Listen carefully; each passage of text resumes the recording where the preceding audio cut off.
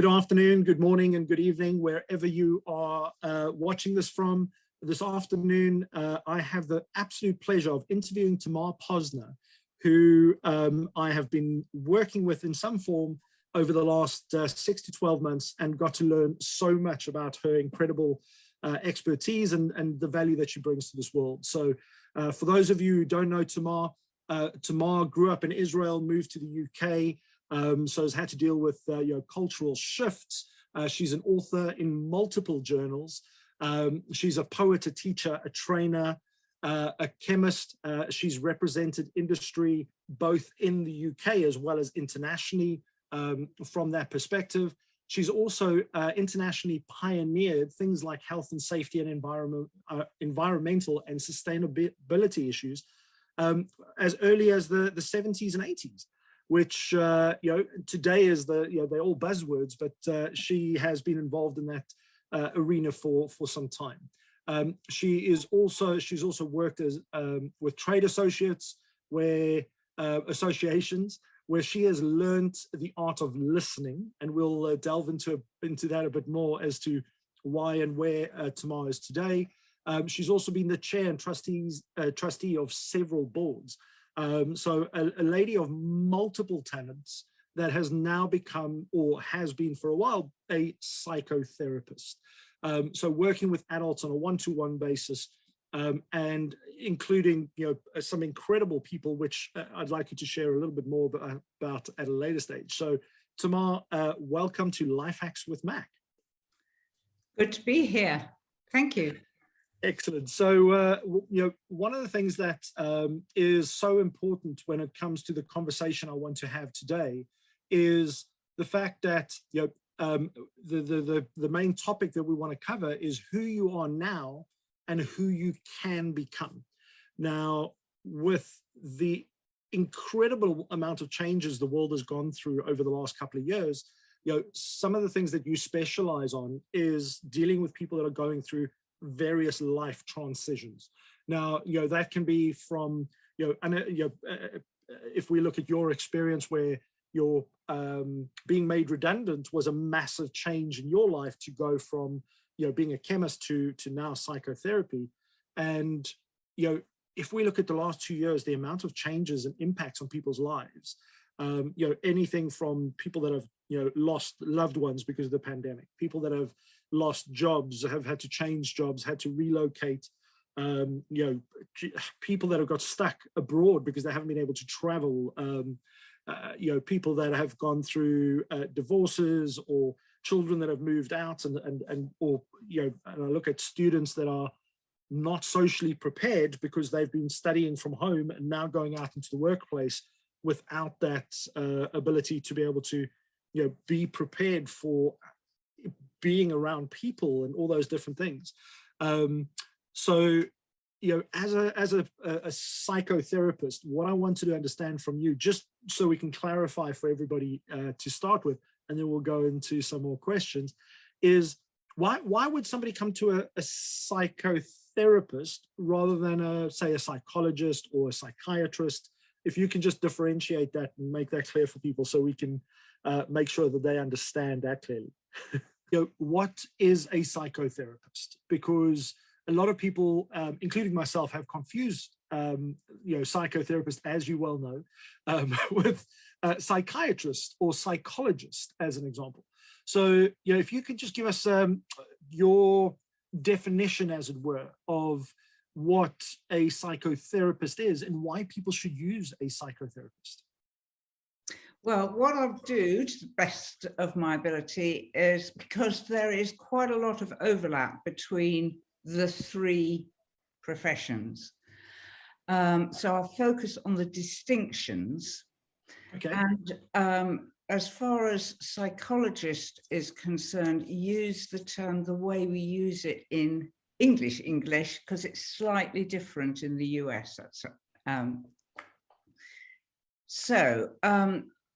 A psychiatrist is someone who has trained as a doctor and then done more training, because we're all interested in the health and well-being of our clients.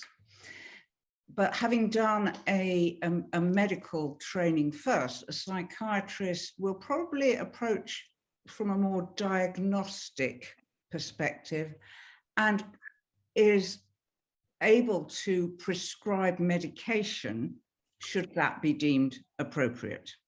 That makes sense, because if you get those two wrong, then you could assume that you're going to go and get medicated, as it were, as opposed to advice or somebody listening to you. Okay. So a psychologist is someone who has approached really from a research background and has researched into the trends of how things arise in people. Whereas a psychotherapist, irrespective of the various different trainings we might have had, what is really at the center of our work is the relationship that we can form with the client so that we can understand how they've come to be how they are, and then support them to help them to sort of modify where appropriate so that they can move forward feeling more confident, more empowered. Okay, well, that's a clear distinction between all three, and thank you for setting the scene for us. I mean, in the UK, or in the English terminology, there is such a thing as also as a clinical psychologist who will have had the research approach, but also works face-to-face or in person with clients. And just a little question I'll squeeze in there then is, which one do you lie on the sofa with? That is, and maybe still is, the classical psychoanalyst, which is a particular way of approaching people in order to understand them and so on. I don't know to what extent it goes on. It used to be the main one because that's how it arrived from Freud, but these days there are other ways of doing it, and a lot of it is not lying on the couch. Excellent. So you can do this remotely potentially and do it on video as an example, potentially? Oh, yes. Okay. So as I have discovered during the pandemic, there wasn't a choice, so we've adapted to be able to do it on video as well. But that's also meant greater choice, I guess, for both the therapist as well as the client, because now you can work with anybody anywhere in the world. Yeah. Okay. Which also means you'll get more of a colorful array of people from all around the world with different accents and cultures that you'll be able to help as well, which changes the scenery, I guess, for yourself with regards to pre-pandemic, where it would have been mostly local people. Yeah. Excellent. Okay, so that makes a lot more sense, and it's important that people understand that, because I guess we all have a picture of lying on a sofa, what you see in the movies, and from your experience, firstly, I want to go a little bit take a few steps back, just to kind of understand what brought you to psychotherapy and what were the appeals for you, and then we'll move on from there, if that's okay. Well, what initially awakened my interest was a television series back when I was still at school, called The Human Jungle, which was week by week a case study of a psychiatrist in those days working with people who were finding life difficult, and I was fascinated. I want to do that. However, when I said to my careers teacher, yeah, that's what I want to be, she said, oh, don't be ridiculous. Do something sensible.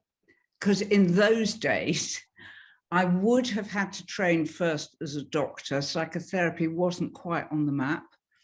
And in those days, there was only one hospital that would admit women anyway. Oh, wow. So doing something sensible turned into me doing chemistry, not because I was a whiz scientist, but because I like the colors, I like the shapes, I like the transformations. And that's what drew me in to doing chemistry. And then it served me well until a point where suddenly I was made redundant. And it took me a while, but eventually but now I can do what I wanted to do in the first place. So, I mean, the beautiful thing of what you just said there was the fact that, you know, you looked at that as an opportunity to go and embrace what you really wanted to do. Yeah. And, you know, redundancy can be such a negative word, but for me, I see it as it is really an opportunity for, sometimes people don't realize they need that kick in the backside to just make that step. So they're waiting for somebody else, but they're in limbo anyway, because in the back of their mind, they don't like what they're doing. They want to go do something else, but they just don't have the courage to take that step. So, I mean, in today's day and age, with all the transitions and things that people are going to, can you tell me a bit more about, you know, when you went through your redundancy and you know, what some of the coping mechanisms and the things that went through your mind before you got that epiphany of, actually, I can go and do something positive and something that I want to do? I wouldn't have been able to tell you then, but what I can tell you now is take your time. Allow your feelings of worthlessness or whatever it was, give them their space, because trying to override them takes so much energy, and it also makes them shout louder. So what I did was I didn't know what to do, where to go, who I even was at that point, because everything I identified with had been taken. And it took me 4 years to think, oh, but now I can do that. And that's when then I was, you know, I knew that was the right thing for me. So I retrained. So, you know, when you say take your time, and you know, unfortunately, having gone through, or fortunately, I think, gone through redundancy 6 times in 20 years, and knowing the different situations that I've been faced. Not many people are made redundant that many times, so I don't know if that's a good thing or not. But anyway, but you know, how long is taking your time? How do you know that, okay, I now need to take action before, because from a mental health perspective and also just self-confidence perspective, I see so many people that, you know, redundancy will knock their self-belief. Yeah. And they'll take too long to get back on the bicycle, as it were, or back on the road, and that can be damaging too. So what are your thoughts around that and your advice? Well, one of the things was I had to work, but I took whatever jobs I could get as receptionist or something like that in order to earn the money to survive. But in taking my time, it sort of came to me. The first thing that came to me, I was on a retreat in Spain, and I fell and broke my ribs. So I had no choice but to just lie there, and that's when it entered my mind that I knew what I wanted to do. So an extreme event. It was another extreme event, you might say, but and it was 4 years on from the redundancy. Wow. Okay. What the experience also taught me was, you know, I was so lonely because everyone I knew was at work. I didn't have any people to relate to. And it gave me an idea, and I thought, hang on, I can't be the only person who hasn't got people to relate to, which was the impetus for me to set up something I called it Silver Circle, for older people whose companions and friends have been disappearing, and they wanted to be able to share their experience with others. So it was, yeah, I can't be the only one. So what can I do? So, you know, I guess that today there are going to be so many people that have gone through, you know, similar experiences, and you know, these are people that you're already helping on a daily basis. But you know, we're talking about redundancy. We're talking about that isolation feeling. We're talking about you know, major events happening in your life that contribute towards you know, change. And you know, what are your thoughts about the biggest impacts right now? Because I can see so many with regards to what the pandemic has caused, you know, individuals. You know, what are the biggest challenges that you have seen, and that some of your clients may be facing, that people can relate to? Well, one of the things there is, in my mind, something of a silver lining to the way we've had to live the last 2 years or so, because it has slowed things down, and it has actually enabled us to spend more time with ourselves. However, for people who live alone, yeah, that has been incredibly hard. And it's highlighted how important it is to have interactions with others, even if it's just saying hello to the guy in the grocery shop, you know, that reminding you that you exist and you're not, yeah, just, and as people are now, some of them going back to working in the office, I've got clients coming and saying, I didn't realize how much I missed it.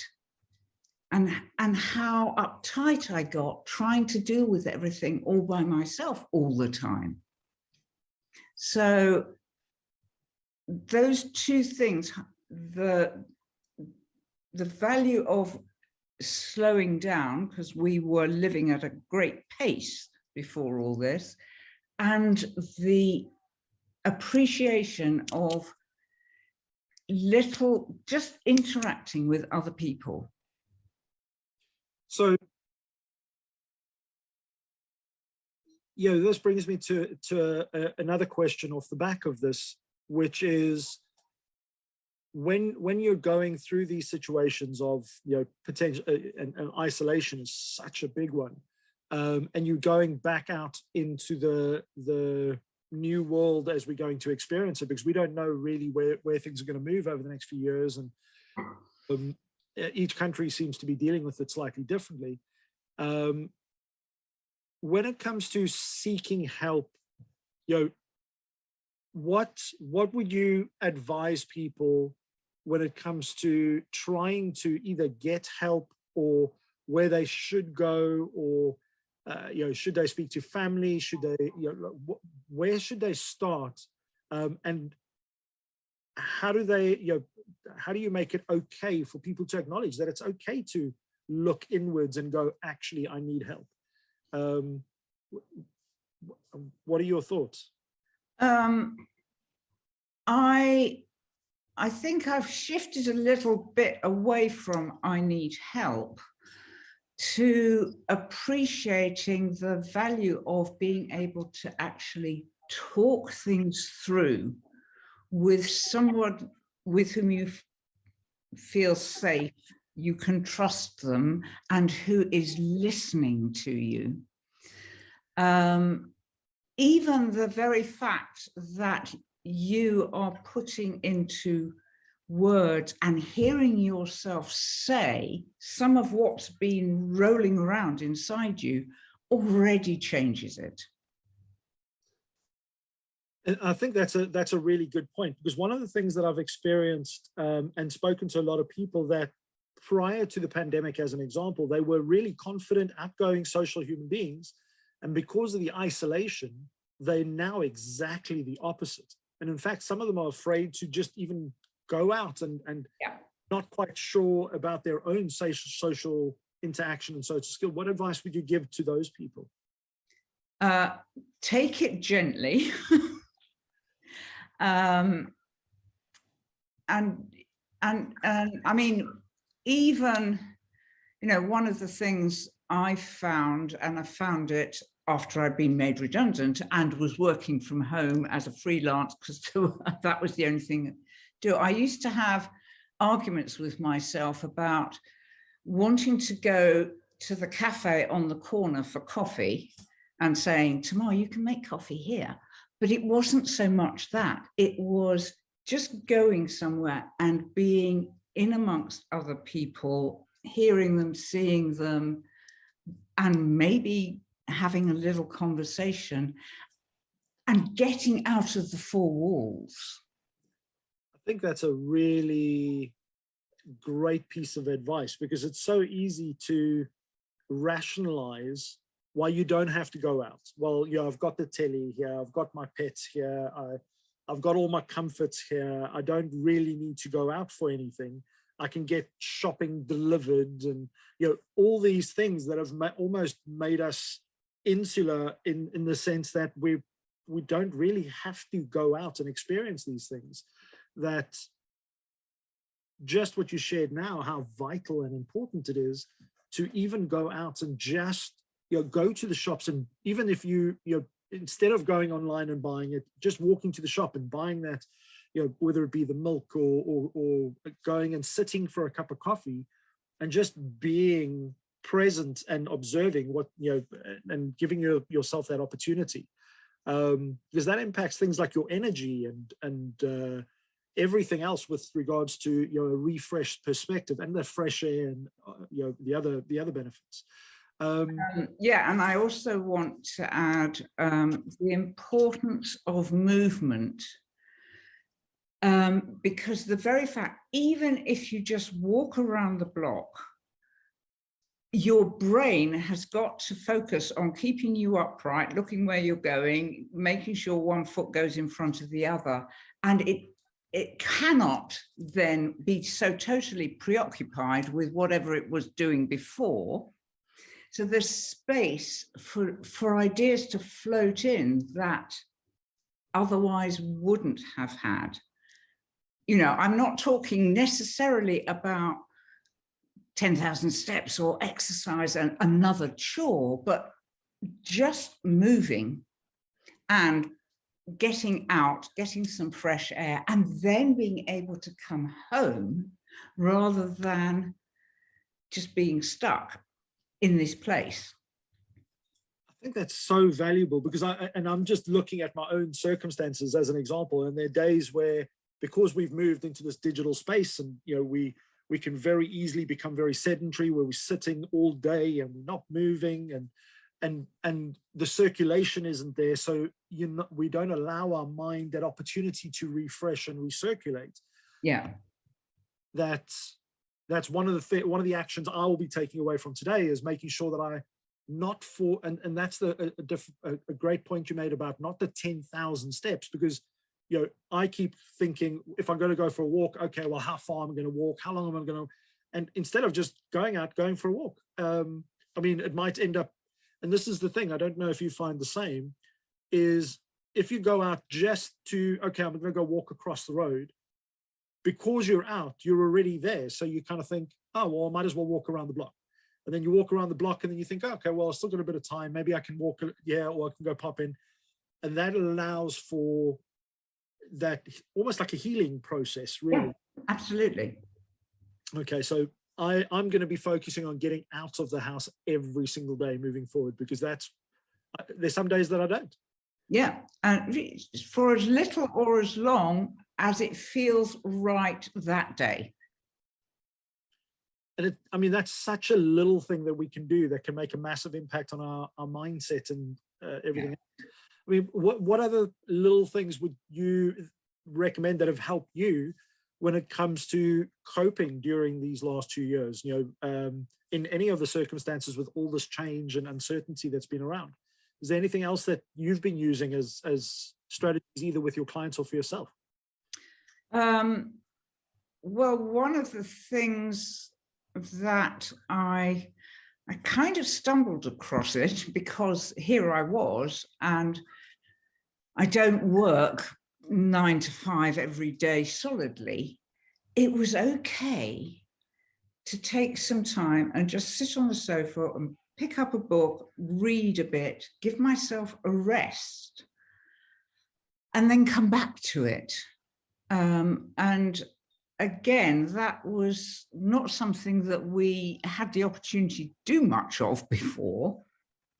And that enabled me to spend more time. What is it that I'm feeling really? And what does it remind me of? And just allowing that to come, oh, this reminds me of when, and, get back in touch with some of who I have been, and what I want to hold on to and what I can let go. That's such a, it's such an important message, because I think, I've recently found that it's so easy to get back into some form of a rut. Yeah. And, that repetitive behavior, it's so easy that becomes the norm, and not allowing yourself just that breathing space, just to sit and, as you say, just be, to give yourself that opportunity to reflect, because it's in those moments that you gain clarity. Yeah. Often we can be so busy that we look at it and it's overwhelming, it's confusing, and we're not quite sure whether we're moving forward or backwards, or whether everything's going to collapse or not. But that point that you just made about what you want to hold on to and what you need to let go are such important points as well, because very often we hold on to stuff because of familiarity, but not because it's actually serving us. So when it comes to making those decisions, what's the best practices that you would recommend for individuals when it comes to, when we know there's stuff that we have to let go of, but because of the stories in our head, we hold on to them and they're not serving us? What are your kind of recommendations around that? Well, one of them is it's a sort of continuation of what I said before about talking things through with someone who will listen, who will aim to understand where you're coming from and why and how, but at the same time be able to offer, well, that is a way of looking at it, but there are other ways of looking at it, because often we don't know what we don't know until somebody points out to us, well, yes, it may seem like that, but from another point of view, it's just, as you say, as we said before, redundancy is a loss, but it's also an opportunity. Absolutely. And, coming back to that, that the loss side of things, there are so many people that are dealing with loss in multiple different ways. Yeah. A redundancy being one of them, loss of family members during the pandemic, not being able to be there to actually say goodbye because of the restrictions. Yeah.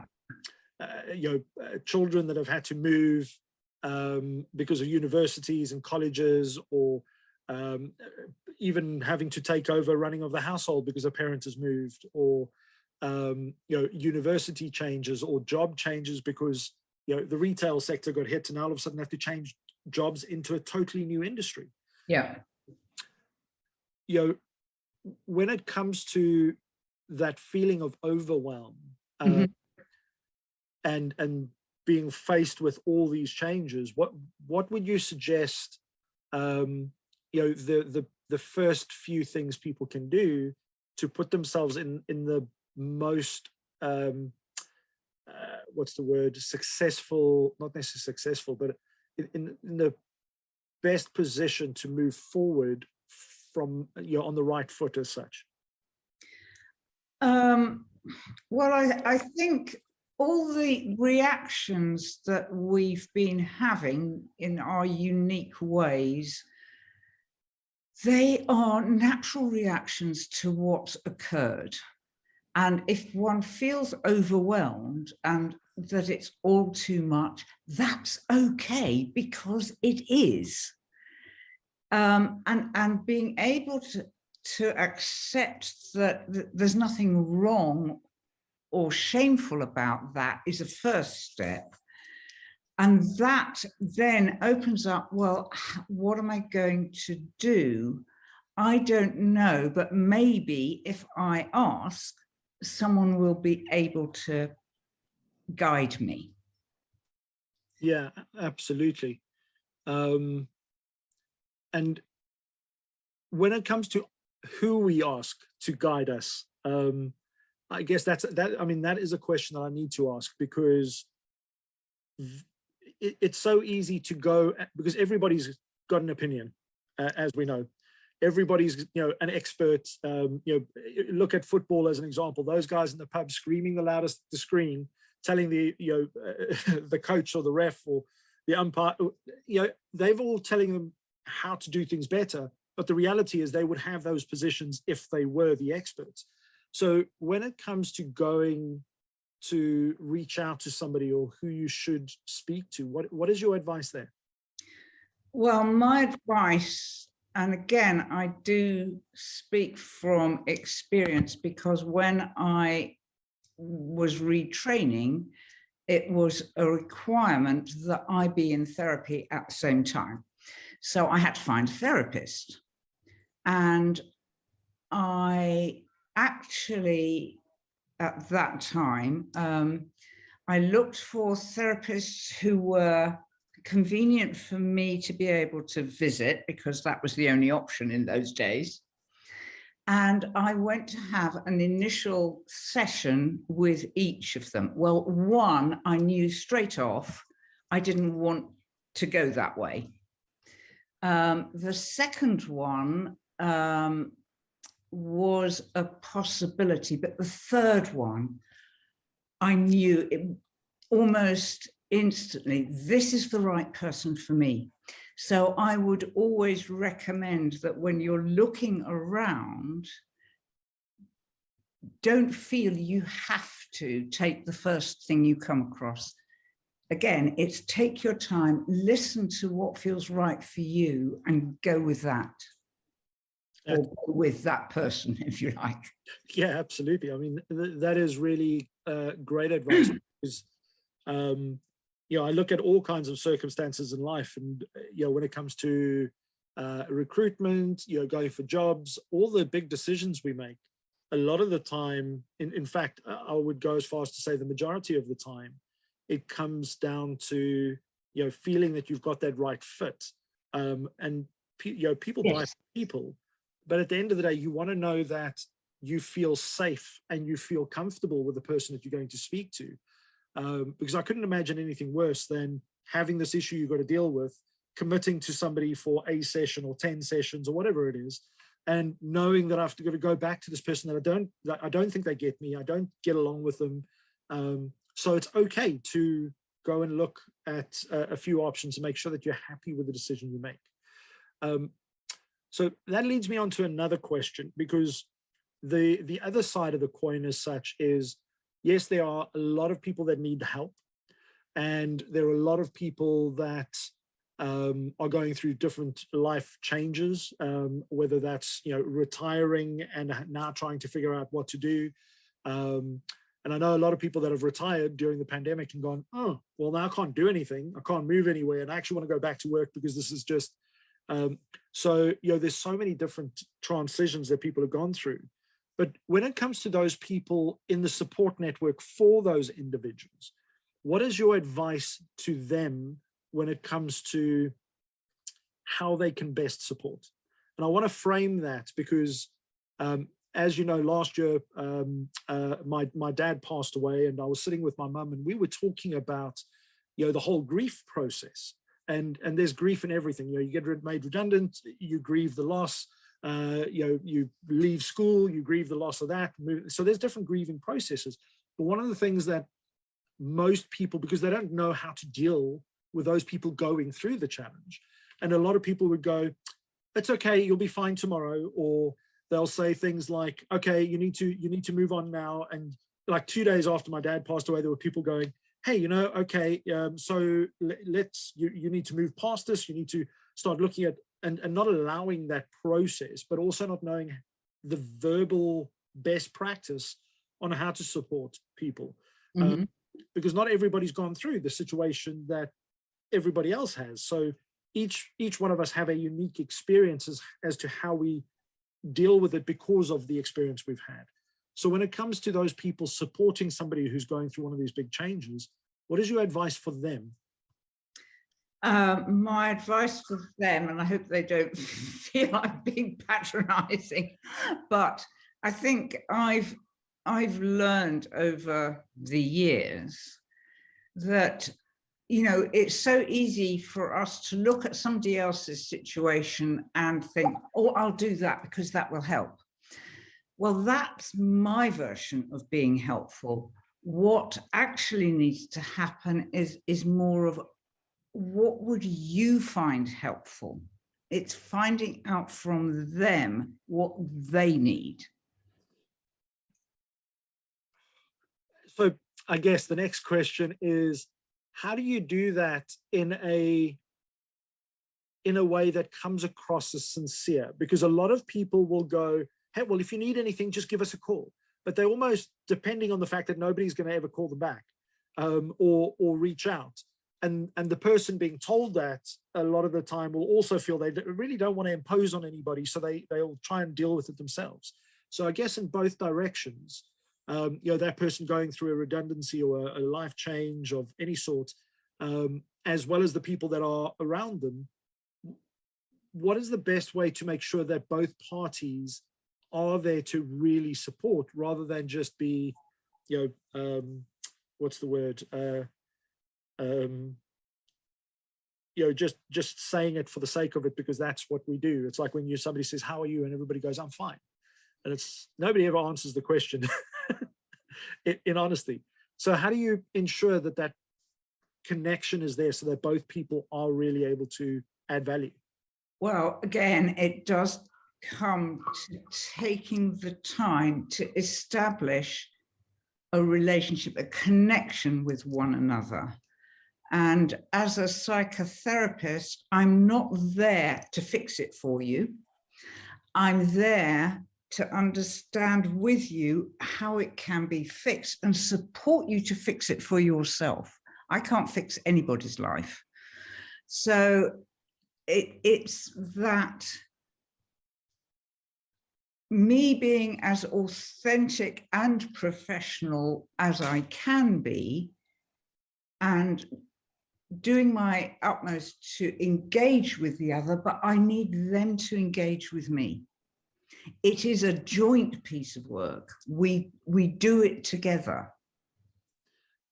So even more important, going back to your previous point of making sure that you found the right person to work with, and understanding that your support circle that are around you as well is, making it clear of what you need to them. But for the support, for the psychotherapist side of things, for the individual to feel confident enough and comfortable so that they can feel they can open up, because otherwise, I guess that's a massive challenge. If somebody just comes and they're not able to feel like they can really get out what they need to talk about and deal with that frustration or the anger or whatever the feeling is at the time.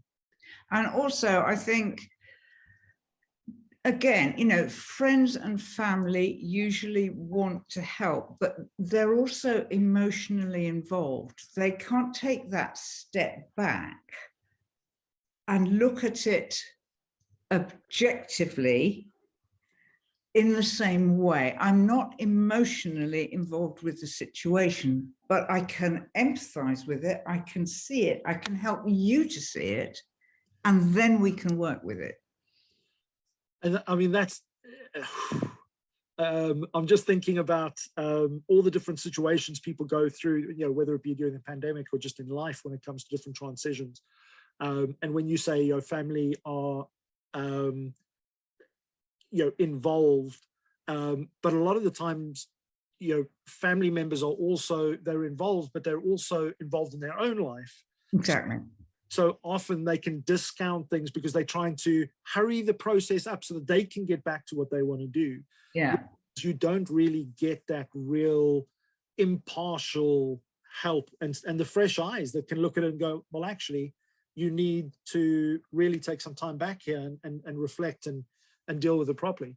That's really powerful. Thank you very much, Tamar, for sharing that. I'm just conscious of time as well. I want to you know, just finish off with, you know, 2 or 3 bits of advice that you feel when people are faced with these life-changing episodes that inevitably is going to come in some shape or form, whether they leaving university, they're moving, they're getting divorced, getting married, you know, somebody passing on, or, you know, all the different challenges we have in life. What, you know, would be the 2 or 3 things that you would say, you know, these are the first things to consider that somebody may be able to go in action today, that they can kind of, you've already said, you know, go for a walk. I mean, such a simple thing, but that can really just give you that headspace, as they say. Yeah. What else would you recommend they do? And then after that, how they, you know, how do they find the right psychotherapist, and where do they go to do that? Well, these days it's a heck of a lot easier than it was back then, because you go on the internet, you either look at things, you know, directories, counseling directory or whatever, or you put in psychotherapist and you go through names, and these days a lot of people will have a website, they will have written something about themselves, it might click with you, it might not. So you've got that, and as I say, you don't have to go with the first person you find. In my time, location was important because I had to fit it in around other things, so there was travel time. These days, that's not so much an issue, unless you really want to work in person. I do a mix of in-person, online, and some by telephone, because that's another option. That's, yeah, I never really thought about that, but that's, you know, if you think about a lot of the support lines, it's their phone lines, and sometimes not having to be on video is helpful in many ways as well. And then obviously, you know, face to face, having that option as well as the remote. So whatever you're comfortable with. So that's great to know that there are different options for people that, you know, have different ways that they feel more comfortable in. And would you, I mean, I know if people want to connect with you, as an example, they can go on to tamarposner.com and they can reach you through your website and connect with you on there. But when picking a psychotherapist, are there, you know, any foundations or any organizations that you feel people must go and check out to make sure they are an authentic psychotherapist, just in case there are some weird and wonderful people that pose as therapists? Yeah. So yes, it is important that they are registered, as it were. There are a number of registering bodies. The ones you're likely to come across most are the British Association for Counselling and Psychotherapy, BACP. Okay. And then UKCP, which is the UK Council for Counselling and Psychotherapy. And they cover all sorts of ways of providing psychotherapy. Then there are some more specialist organisations like the British Psychodrama Association, if you want to work with someone who specialises in drama and acting it out. So it's worth, but it is worth, if you find somebody on a directory, checking whether they're registered or not, but you could go to BACP and UKCP and use their Find a Therapist thing. So okay, excellent. So just to wrap up, any messages or any final thoughts that you'd like to share, or because I know I've seen so many of your posts on LinkedIn as an example, where you put things, I mean, one of the things is some of the poems that you share, but also just some of the wording and the writing that you do, because you seem to be able to really take personal experience and put it into words that other people can resonate with. So I thought I'd pull on that creative mind of yours and just ask you, any final words that you'd like to share for somebody that's going through a tough time right now. And, I'll leave that to you. Well, I suppose one of the things is the constant in your life is you. But we spend a lot of our lives being someone's child and having to be that, and then being a student, a teacher, a wife, a mother, and actually, feeling we need to meet what we perceive as their expectations of us. But throughout it all, there is me. And that's being able to, I'm going to use the word, embody myself. And actually, my transition, I think, in the last couple of years has been something like going from a psychotherapist who happens to be called Tamar to Tamar, who is a psychotherapist. So it's becoming yourself, really, rather than thinking you need to become something that has another label. Sure. And I think our need to impress, our need to satisfy others or to be accepted, and all those things can very easily cloud who we really are and what we want to be. Wow. Tamar, fantastic message. And I really hope that people will rewind the last 3-4 minutes, if not to the beginning, and just go and listen to that and take that on board, because that could be life-changing in itself. Tamar, thank you so much for sharing your thoughts with us, your expertise. If you want to reach out and go and connect with Tamar, she is on LinkedIn. She doesn't just accept anybody, so be nice. Also, reach out and go on to tamarposner.com, where you'll be able to find and connect with Tamar. But please take some action. Go and listen to what Tamar has shared with us today. Those little things like taking time out for yourself, to either go for a walk or just sitting down and taking time to reflect.